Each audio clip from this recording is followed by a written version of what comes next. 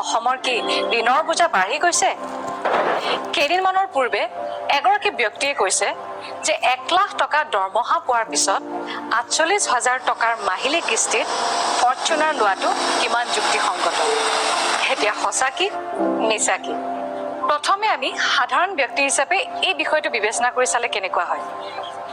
এজন ব্যক্তিয়ে বেংকৰ পৰা ঋণ কেতিয়া পাব? 1. যেতিয়া সেই ব্যক্তিজনে ঋণ ল'ব পৰাকৈ উপাৰ্জন কৰিব পাৰে। 2. যেতিয়া সেই ব্যক্তিজনৰ ঋণ ঘূৰাই দিয়াৰ সঠিক ট্ৰেক ৰেকৰ্ড থাকিব। অসমৰ মুঠ ৰাজ্যিক ঘৰুৱা উৎপাদন এই বিত্তীয় বৰ্ষত 6.43 লাখ কোটি টকা হোৱাটো প্ৰায় নিশ্চিত। আনকি 2028 চনত ইয়াৰ পৰিমাণ 10 লাখ কোটি টকা হোৱাৰো সম্ভাৱনা আছে। বৰ্তমান সময়ত AFRBM এক্ট অনুসৰি অসমৰ GSDPৰ বিপৰীতে ঋণৰ অনুপাত এতিয়াও কমি আছে। GSDPৰ বিপৰীতে এই বছৰ অসম চৰকাৰে 27,000 কোটি টকা ঋণ ল'ব পৰাৰ যোগ্যতা আছে। ভাৰত চৰকাৰে প্ৰদান কৰা এই সম্পৰ্কীয় পত্ৰখন চালে এই বিষয়ে জানিব পাৰি। এই হিচাপত এই বছৰ অসম চৰকাৰে লোৱা ঋণৰ পৰিমাণ ইয়াতকৈও যথেষ্ট কম। অৰ্থাৎ অসমৰ ঋণ যোগ্যতা এতিয়াও বহুত বেছি। এয়া ঠিক আপোনাৰ ব্যক্তিগত ক্ৰেডিট লিমিটৰ দৰে।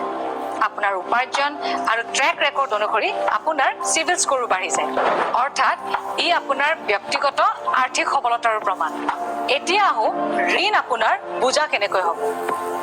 যেতিয়া আপুনি বিলাসিতাত আপুনি আপোনাৰ ঋণৰ ধন ব্যয় কৰিব। কিন্তু ফৰ্চুনাৰ কিনিলেই জানো এই বিলাসিতা হয়? যদিহে আপুনি ফৰ্চুনাৰখন কিনি আপুনি কামত লগায় আৰু মাহে 50,000 টকা আপুনি উপাৰ্জন কৰে, তেন্তে এই বোজা নহয় লখিমীহে হ'ব। অসম চৰকাৰে ঋণ লোৱাৰ বিপৰীতে সেই ঋণৰ ধন ব্যয় হৈছে অসমৰ আন্তঃগাঁথনি নিৰ্মাণত, উন্নয়ন আৰু শান্তি স্থাপনৰ বিভিন্ন দিশত। আৰু ইয়াৰ প্ৰমাণ সকলোৰে চকুৰ সন্মুখত। ই অসমৰ অৰ্থনৈতিক বিনিয়োগৰ বাটো মুকলি কৰিছে। এয়াও অসম আৰু অসমীয়াৰ বাবে অৰ্থনৈতিক সচ্ছলতাৰ প্ৰমাণ।